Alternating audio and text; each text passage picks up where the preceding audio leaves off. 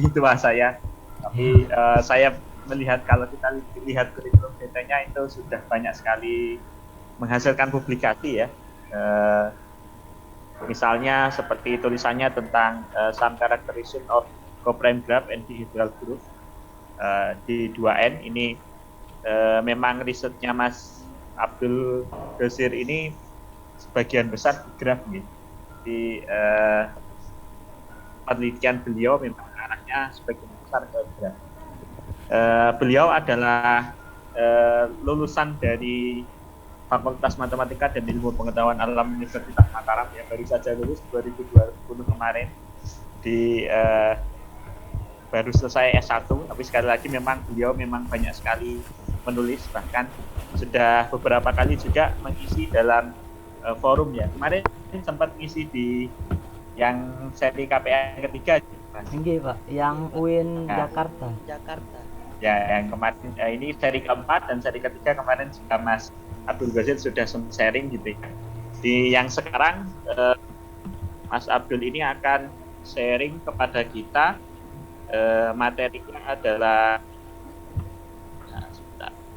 materinya adalah karakterisasi atau karakteristik graf koprima dari grup G-graph.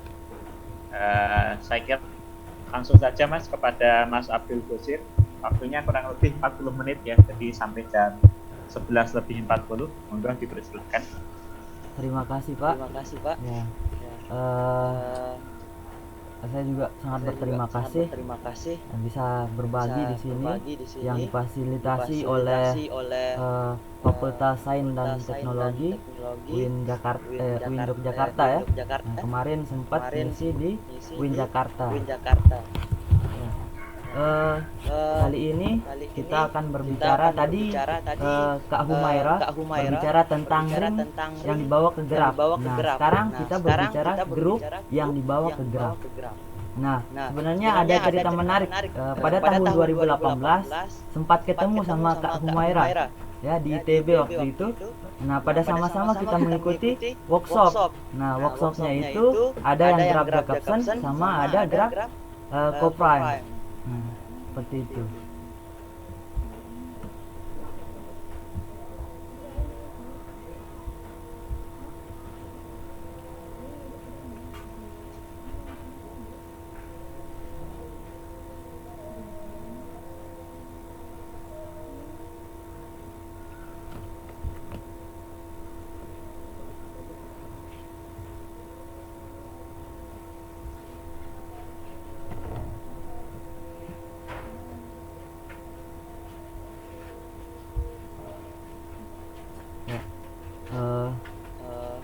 Langsung saja kita mulai.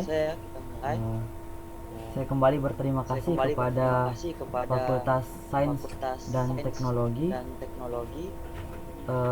UIN Yogyakarta dan juga KPA beserta Indo MS tentunya ya, dan tidak lupa juga Inacoms Indonesia. Nah, pada kali ini kita akan berbicara tentang karakteristik graf koprima dari grup dihedral D2N.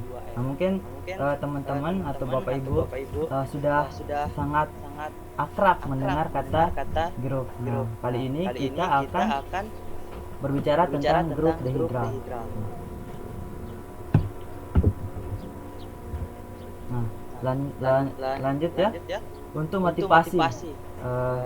Jadi kenapa mahasiswa S1 itu seperti saya sangat menyukai tentang paper ataupun karya ilmiah seperti ini? Karena yang saya tahu untuk menjadi orang yang luar biasa dalam satu bidang harus benar-benar mencintai apa yang kita tekuni. Dan saya sangat suka dengan matematika, terutama tentang matematika graf dan grup ini. Jadinya selama dari waktu itu masih ketika di Bandung masih semester 5 ya, semester 5 tahun 2018 hingga kini paper saya ya tentang graf dan juga grup dihedral seperti itu. Nah, kita masuk ke pengantar ya. Teori graf. Teori graf seperti yang kita ketahui, pertama kali dimunculkan oleh seorang ilmuwan yang bernama Euler pada tahun 1735. Nah, seperti yang kita ketahui, semakin berkembangnya graf. Kenapa graf ini sangat berkembang? Karena bisa dibilang kita di graf itu kita punya titik atau simpul dan yang dihubungkan oleh garis. Jadinya setiap objek, apapun objeknya, bisa kita bawa menjadi suatu simpul. Nah, hubungan antara simpul ataupun objek dengan objek, hubungannya akan representasikan oleh sebuah garis. Nah, akibat itu juga pula di grup kita dapat merepresentasikan grup seperti yang kita ketahui, grup maupun ring dan modul itu suatu yang abstrak. Nah, karena keabstrakannya ini, bagaimana supaya membuatnya lebih menarik ya? Nah, itulah kita bawa ke dalam bentuk grafnya, di mana anggota grupnya nantinya kita jadikan sebagai simpul, dan hubungan atau sifat dari grup itu akan menghubungkan simpul-simpul tersebut.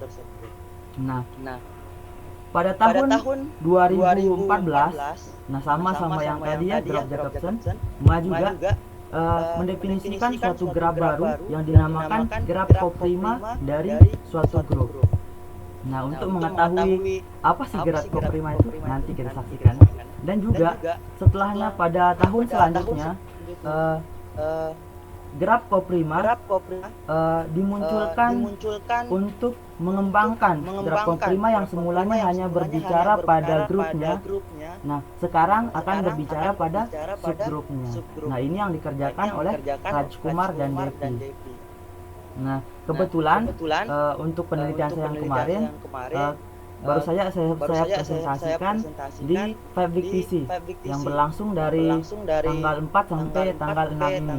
Nah, kemarin presentasi pada tanggal 6, dan itu mengangkat tentang subgrupnya, graf koprima dari suatu subgrup dihidral. Nah, selanjutnya ya, tentu kalau kita pertama, karena kita ingin merepresentasikan grup ke graf, ya kita harus mengetahui apa sih definisi grup itu sendiri. Nah, grup itu suatu grup merupakan himpunan G dengan operasi biner ya, seperti yang tertera, harus memenuhi 3 aksioma. Ya, yang pertama ada memenuhi, dia harus asosiatif tentunya, dan yang kedua terdapat suatu elemen identitas. Nah, kita harus punya identitas. Dan yang ketiga adalah untuk setiap elemen yang ada pada grup harus mempunyai elemen inverse atau memiliki inverse. Lanjut. Ini sekedar mungkin mengulang pengetahuan kita di S1 ya. Nah, sedangkan subgrup kita punya subhimpunan H dari grup G di bawah operasi yang sama, dan kemudian H ini merupakan grup juga di bawah operasi yang sama dengan G. Nah, kemudian H ini merupakan subgrup dari G. Itulah kita katakan sebagai subgrup. Nah, lanjut. Ada namanya order ya. Kita berbicara tentang order. Kita misalkan punya anggota dari suatu grup. Nah, dia suatu sembarang kita punya A elemen ya, atau anggota dari grup. Kemudian suatu bilangan bulat M yang memenuhi A pangkat M itu sama dengan identitasnya. Nah, kemudian M inilah yang kita namakan sebagai order ya. Nah, bisa dilihat pendefinisiannya dan notasinya. Nah, kita misalkan di sini kita kasih contoh, kita punya di Z6 ya. Tentu kita tahu Z6, kita punya anggotanya ada 0, 1, 2, 3, 4 dan 5. Nah, kemudian kita akan mencari order dari masing-masing elemen atau anggota. Nah, seperti yang kita bisa dapatkan ada order identitasnya ya 0, tentu akan 1. Nah, kemudian ada 6, 3, 2, 3 dan 6. Nah, kemudian ada namanya grup dihidral. Nah, grup dehidral ini didefinisikan sebagai grup dengan order 2N, di mana N-nya ini lebih dari atau sama dengan 3 dengan N-nya anggota dari bilangan natural. Nah, dia terdiri dari elemen A dan B. Nah, dia mempunyai sifatnya bagaimana? Nah, sifatnya seperti yang tertera di slide. Nah, kemudian untuk himpunannya sendiri bisa kita lihat yang di bawah. D2N itu sama dengan seperti yang tertera. Lalu apa sih ada E, A dan B? Nah, ternyata E kemudian E ini kita namakan identitas. Nah, semua A yang di sini yang ada itu kita namakan rotasi. Nah, sedangkan yang ada B-nya kita namakan refleksi.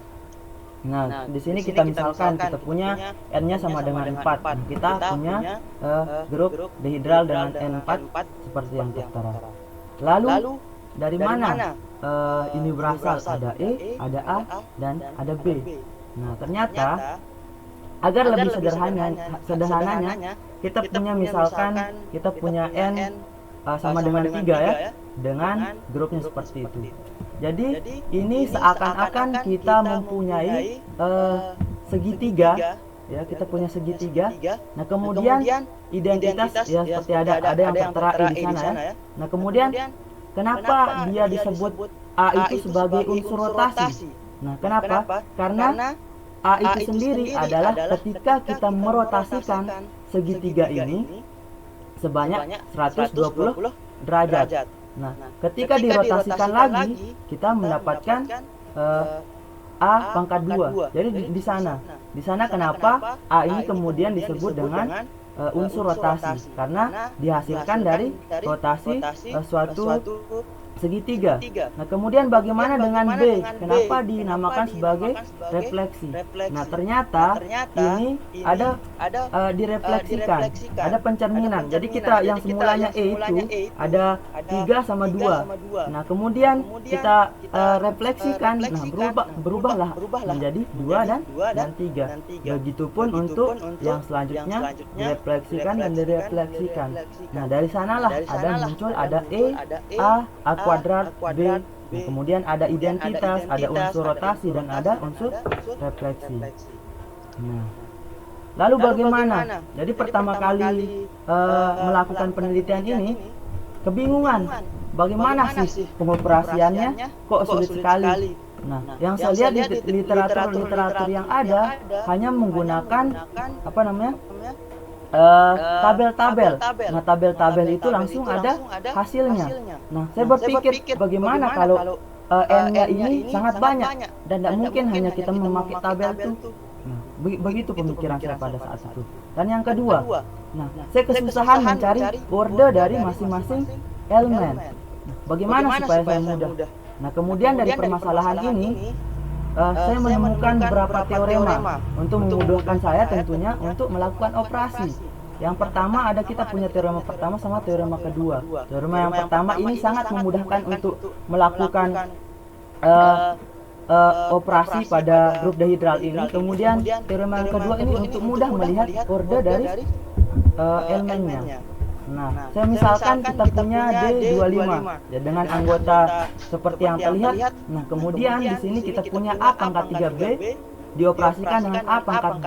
Nah, karena kita punya teorema yang sebelumnya yang memudahkan kita, jadinya A pangkat 3. Nah, kita punya B A pangkat 4 itu kemudian dirubah dengan menjadi A 5-4B. Nah, dengan begini kita lebih mudah mengoperasikannya. Jadinya B dioperasikan dengan B adalah identitas sesuai dengan sifatnya. Kemudian A pangkat 3 dioperasikan dengan A pangkat 1 tentunya yang 5 dikurangi 4. Nah, kita dapatkan A pangkat 4. Lalu yang kedua, yang di teorema yang kedua kita ketahui bahwa untuk mengetahui order ya, yang kedua itu order kita dapatkan order refleksinya 2. Nah, dari mengetahui order refleksi ini ternyata bisa kita perumum. Jadi setiap order dari unsur refleksi itu berorder 2. Nah, dari sana. Nah, kemudian dari sini juga muncul bagaimana sih subgrup-subgrupnya. Nah, kemudian lagi mendapatkan ide bagaimana kalau mencari subgrup-subgrupnya. Nah, ternyata dari apa yang sudah saya kerjakan, jika n kita dapat n bilangan prima, kita punya dua subgrup. Namanya kita kemudian kasih nama subgrup rotasi dan subgrup refleksi. Nah, subgrup rotasi ini mempunyai elemen identitas dan juga mempunyai elemen rotasi. Sedangkan subgrup refleksi ada elemen identitas dan ada elemen refleksi. Dan ada yang teorema yang keempat. Ini kalau dia n bilangan komposit, jadi ketika dia punya n bilangan komposit, kita bisa mengetahui subgrupnya, yaitu ada subgrup rotasi, subgrup refleksi, dan subgrup campuran. Subgrupnya ini campuran ini apa sih? Nah, subgrup campuran ini ada elemen identitas, ada elemen rotasi, dan ada elemen refleksi. Nah, seperti itu. Selain itu, kami juga bisa mengetahui, jika kita ketahui n-nya, kita bisa mengetahui semua anggota-anggotanya. Begitupun semua anggota subgrupnya. Sampai kita bisa mendapatkan jumlah dari subgrupnya. Nah, untuk mengetahui jumlah dari subgrupnya, itu yang sedang kami kerjakan pada saat ini. Nah, jadi kita punya misalkan kita punya n sama dengan 5 ya, punya seperti yang terlihat. Nah, jadi subgrup rotasinya itu ada A kuadrat, A pangkat 3, A pangkat 4. Nah, ini yang dinamakan subgrup rotasi karena terdiri dari elemen identitas dan elemen rotasi. Nah, kemudian kita mempunyai ada subgrup refleksi. Ada dia akan ada identitas dan unsur refleksi seperti itu. Nah, dari sini kita mudah mengetahui subgrupnya apa saja, jumlah subgrupnya berapa hanya dari mengetahui n-nya sama dengan berapa. Nah, ini sangat membantu dalam melaksanakan penelitian saya. Nah, kemudian kita masuk ke intinya ya. Ada namanya graf koprima. Jadi graf koprima itu adalah kita punya G grouping dan kita notasikan seperti yang terlihat. Nah, graf ini nantinya elemennya akan dijadikan simpul. Nah, kita punya simpul dari elemen-elemen dari grup. Nah, kemudian dia akan bertetangga apabila order dari elemen-elemen ini saling prima atau sama dengan 1. Nah, seperti itu. Nah, kemudian ini konjektur yang mungkin bisa dikembangkan ya. Konjektur kita punya n-nya sama dengan 3 dengan yang tertera. Nah, kemudian tentunya kita mencari order dari masing-masing anggotanya. Nah, kita dapatkan ada 1, 3, 3, 2, dan 2. Nah, seperti yang terlihat untuk semua unsur refleksinya mempunyai order 2. Nah, kemudian dari sini kita dapat mengetahui bagaimana sih bentuk grup dari graf koprima, bentuk grafnya. Nah, karena kita ketahui ordernya tadi ada 1, 3, dan 2, di mana 1, 3, dan 2 itu semuanya saling koprima, artinya dia saling terhubung. Tetapi antara satu, yaitu antara unsur masing-masing unsur rotasinya dia tidak terhubung, begitupun dengan masing-masing unsur refleksinya tidak terhubung. Nah, kenapa tidak terhubung? Karena tentu ordernya tidak sama dengan 1. Nah, itu seperti yang terlihat. Jadi kita dapatkan di sini, kita dapatkan tiga partisi. Nah, 3 partisi ya. Partisi pertama terdiri dari E, partisi kedua terdiri dari A dan A kuadrat, partisi ketiga terdiri dari unsur refleksinya. Nah, karena kita punya 3 partisi dan semuanya terhubung, artinya semuanya terhubung antar partisi. Nah, kita dapatkanlah namanya graf tripartit lengkap. Nah, dari mana kalau kita perumum lagi n-nya sampai 100 dan sekian? Nah, dari sanalah muncul beberapa teorema ini.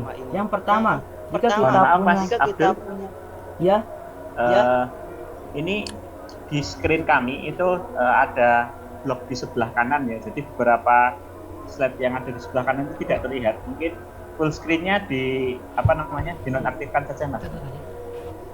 Barangkali bisa lebih jelas. Soalnya ada peserta yang lain apakah juga sama?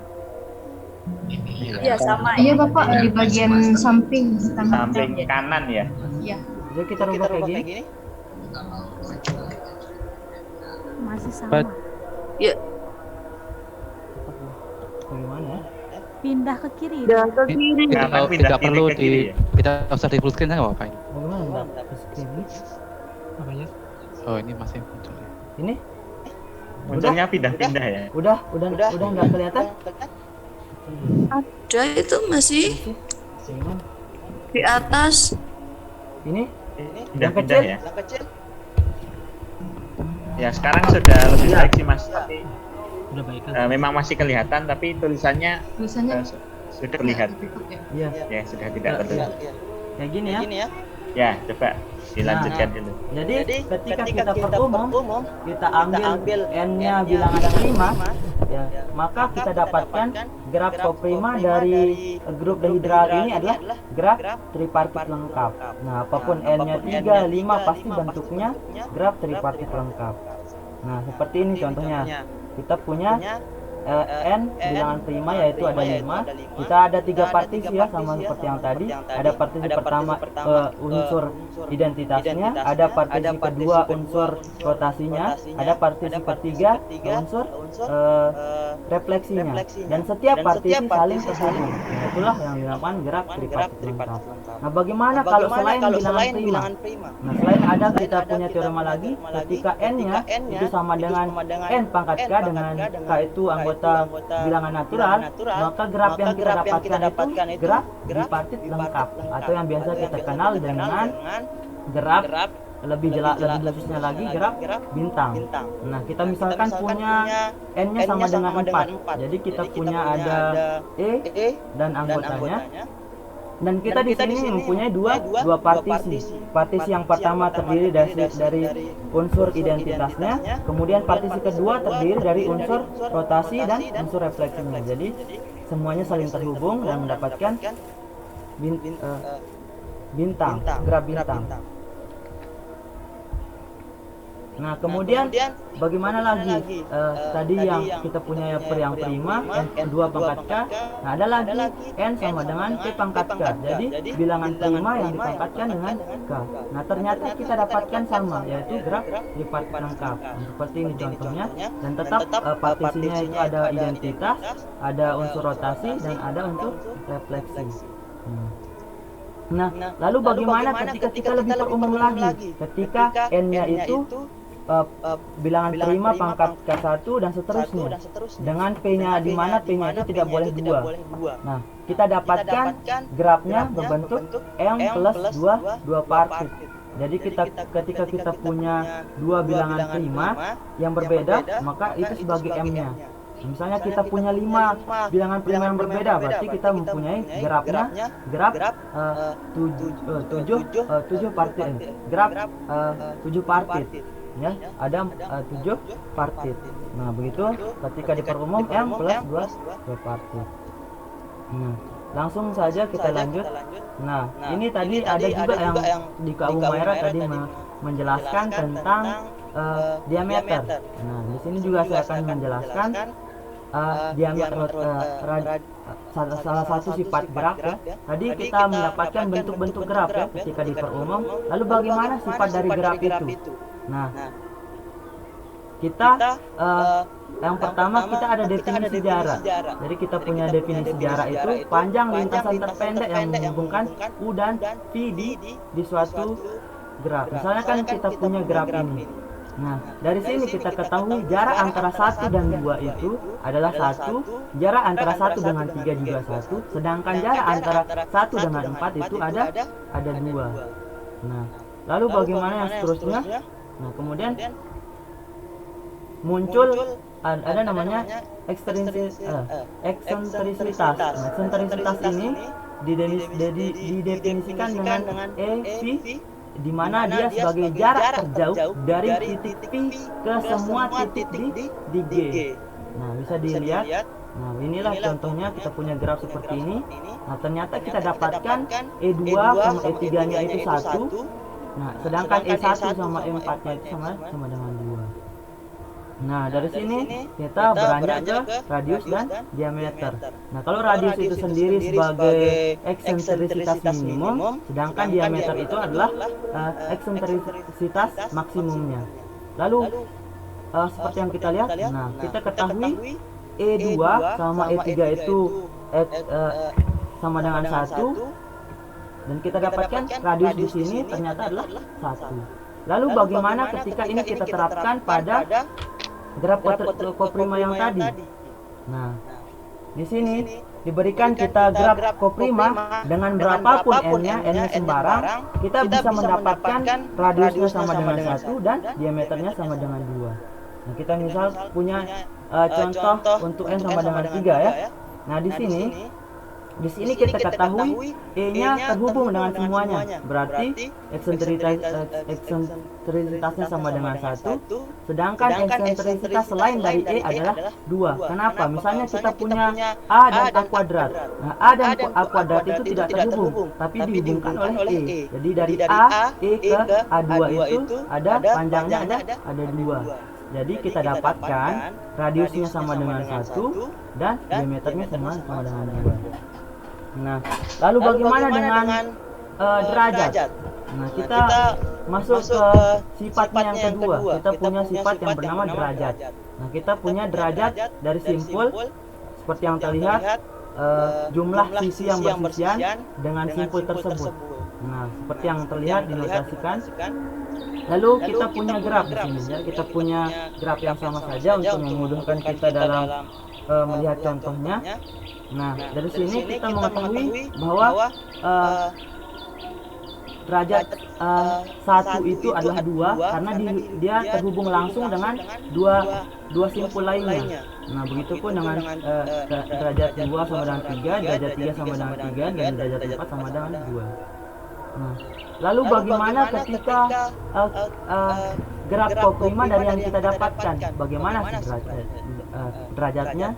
Nah, kita punya grup dihedral. Nah, n ketika n bilangan prima, maka derajat simpul yang kita dapatkan ada 3 ya. Sesuai dengan yang tadi kita dapatkan, ada namanya kita bagi partisinya menjadi 3 ya. Ada identitas, rotasi, dan refleksi.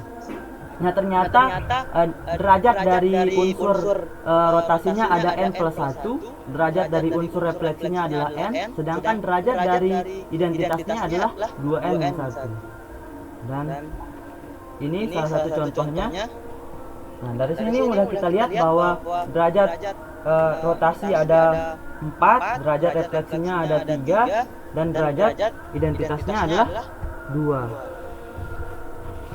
Lalu bagaimana dengan yang lainnya? Nah, ketika n pangkat k, nah tadi kita punya dua partisi ya, berarti kita mempunyai dua derajat di sini. Ada derajatnya ketika dia unsur rotasi dan unsur refleksi, derajatnya 1 ya, karena hanya dihubungkan oleh E aja. Sedangkan derajat dari identitas terhubung dengan semuanya adalah 2n min 1. Nah, inilah contohnya. Ada 1 dan 7. Nah, bagaimana dengan P pangkat K? Nah, tentu sama dengan yang P karena bentuknya sama, dan juga seperti yang terlihat ada 10, 9, dan 17. Nah, kemudian tadi kita sudah tahu tentang graf koprima dari satu grupnya ya. Ada bentuknya secara umum, terus kemudian kita cari radius sama diameternya, sifatnya, kemudian derajatnya. Lalu bagaimana ketika subgrup dari kita berbicara tentang graf koprima dari subgrup dihedral? Nah, kita tentu perlu tahu ya, yang tadi kita punya identitas sebagai simpulnya, sedangkan di sini kita mempunyai subgrup sejati dari grup itu yang sebagai simpulnya. Jadi kita simpulnya berasal dari subgrup sejatinya. Nah, seperti yang kita katakan, dia akan bertetangga apabila subgrupnya saling prima. Nah, ini kita buat konjektur ya. Ada grup dihedral kita punya kayak tadi ya, 2 kali 3. Nah, dari grup dihedral ini kita punya grup sejatinya. Ada grup identitasnya mengandung elemen identitas, subgrup rotasinya mengandung elemen identitas dan rotasi, subgrup refleksinya mengandung identitas dan unsur refleksi. Nah, kita sudah dapatkan nih. Tinggal bagaimana sih ordenya? Nah, dari sini, oh ya, lupa dijelaskan tadi ya tentang order dari subgroup. Jadi, order dari subgroup itu adalah jumlah elemennya. Nah, dari sini kita ketahui ordernya 1, 3, 2 dan 2. Nah, dia sama dengan yang tadi ya, yang bentuk dari dia kemungkinan sama dengan bentuk yang ketika graf koprimanya n prima untuk suatu grupnya. Nah, ternyata bentuknya sama ketika kita berbicara graf koprima dari subgrup D6. Nah, bentuknya sama, ada tripartit lengkap. Nah, kita punya ada partisinya, ada subgrup identitas, ada subgrup rotasi, ada subgrup refleksi. Nah, kejadiannya ada kita punya 3 partisi, dan setiap partisi saling terhubung, ya jelas namanya graf tripartit lengkap. Nah, mungkin itu terakhir ya. Jadi seperti yang dikatakan, kenapa sekarang mahasiswa S1 harus penelitian? Jadi saya rasa itu penting untuk semua teman-teman yang masih S1 untuk melakukan penelitian sejak dini. Jadi sudah melatih diri sebelum melaksanakan skripsi, ya. Dan bisa nanti dilihat penelitian-penelitian saya sebelumnya di ResearchGate maupun Google Scholar. Jadi yang sudah terbit ada 7 publikasi, ada 7 publikasi, dan baru yang kemarin yang mungkin terlihat ini semuanya hanya tentang sifat dari graf koprima dari grup dihedral. Nah, kemudian yang kemarin yang saya presentasikan itu graf koprima dari subgrup dihedralnya. Nah, jadi untuk mungkin saran untuk teman-teman yang masih S1 ya, karena ada pengalaman juga, karena masih baru lulus S1. Jadi kami di Matematika Undram itu ada nama salah satu organisasinya, namanya Gamatika Research Club. Nah, di sini mungkin saya sedikit berbagi ya sama teman-teman. Mungkin ada nanti di universitasnya mengadakan hal yang sama, ya. Jadi di Gamatika Research Club ini kita belajar tentang penelitian, bagaimana sih melakukan penelitian di bidang matematika. Nah, itulah yang kita kerjakan dalam kesehariannya. Ada seperti ini, ada webinarnya, ada kolokiumnya, ada bedah jurnalnya, dan lain-lain. Nah, seperti yang tadi kan saya sudah jelaskan tentang graf koprima dari suatu grupnya, tentang graf koprima juga dari subgrupnya. Dan ini juga ada saya tahu untuk minggu depan kemungkinan kita akan ada acara kolokium yang diselenggarakan oleh Gamatika Research Club. Nah, untuk ini nanti kita akan berbicara lebih jauh tentang bagaimana sih karakteristik dari graf koprima dari subgrup dihedralnya. Nah, sekian dari saya. Assalamualaikum warahmatullahi wabarakatuh. Waalaikumsalam warahmatullahi wabarakatuh. Waalaikumsalam warahmatullahi wabarakatuh. Ya, terima kasih Mas Ghazir ya, Abdul Ghazir. Ini saya kira sangat menginspirasi sekali ya buat teman-teman yang mungkin masih S1. Ini salah satu contoh ya yang bisa ditiru supaya ya termotivasi untuk melakukan penelitian ya. Saya kira yang diteliti juga sesuatu yang sudah dikenal oleh teman-teman. Nah, dapat graf ya, di minimal ada di matematika diskrit, atau mungkin kalau ngambil teori graf, dan grup dihedral adalah sesuatu yang kita kenal karena pasti kalau S1 kan dapat mata kuliah sangat terstruktur aljabar. Jadi saya kira ini sangat inspiratif sekali buat teman-teman juga yang S1, dan juga pecutan buat yang sudah S2 dan S3, termasuk dosen-dosen untuk juga berkarya ya. Meniru yang muda-muda juga gitu kan. Jadi motivasi untuk kita bersama. Di kolom chat sudah ada beberapa pertanyaan, dan sayang sekali Bu Brita tidak bisa hadir sampai akhir ya, karena ada acara yang tidak bisa ditinggalkan. Tapi beberapa pertanyaan yang disampaikan untuk Bu Brita sudah dijawab di kolom chat. Mungkin bisa saya bacakan ya. Untuk yang lain barangkali ada yang mau ditanyakan, silahkan bisa ditanyakan langsung juga tidak apa-apa. Kalau tidak mungkin bisa dituliskan juga di kolom chat ya. nanti bisa saya bacakan. Sementara ini saya bacakan dulu yang tadi sudah sempat ditanyakan ke Bu Prita. Ada pertanyaan dari Pak Sugianto tentang apa namanya dari Win Yogyakarta juga ya, teman kami, tentang paper yang mungkin mudah untuk dipelajari tentang Kelly Dixon ya. Tadi sudah di-share juga sama Bu Prita ya, di kolom chat sudah ada, jadi Pak Sugi mungkin nanti bisa akses lewat apa namanya lewat chat situ ya, jadi bisa sudah ditampilkan di kolom chat. Sebentar, saya bacakan ya. Terus kemudian ada pertanyaan yang lain dari Tasari Winda Klaten ini ya. Pertanyaannya adalah ketika masuk ke aplikasi pada determinant study, saya kira unsur-unsur berupa bilangan ternyata masih umum dan bentuk alfa beta, dan di situ ada alfa pangkat tol dan beta pangkat tol. Tau maksudnya mungkin ya. Pertanyaannya alfa beta pangkat tau itu menunjukkan apa ya Bu? Ini sudah dijawab ya, buat Pak atau Bu Tasari ini di kolom chat. Bentar, ini saya cari.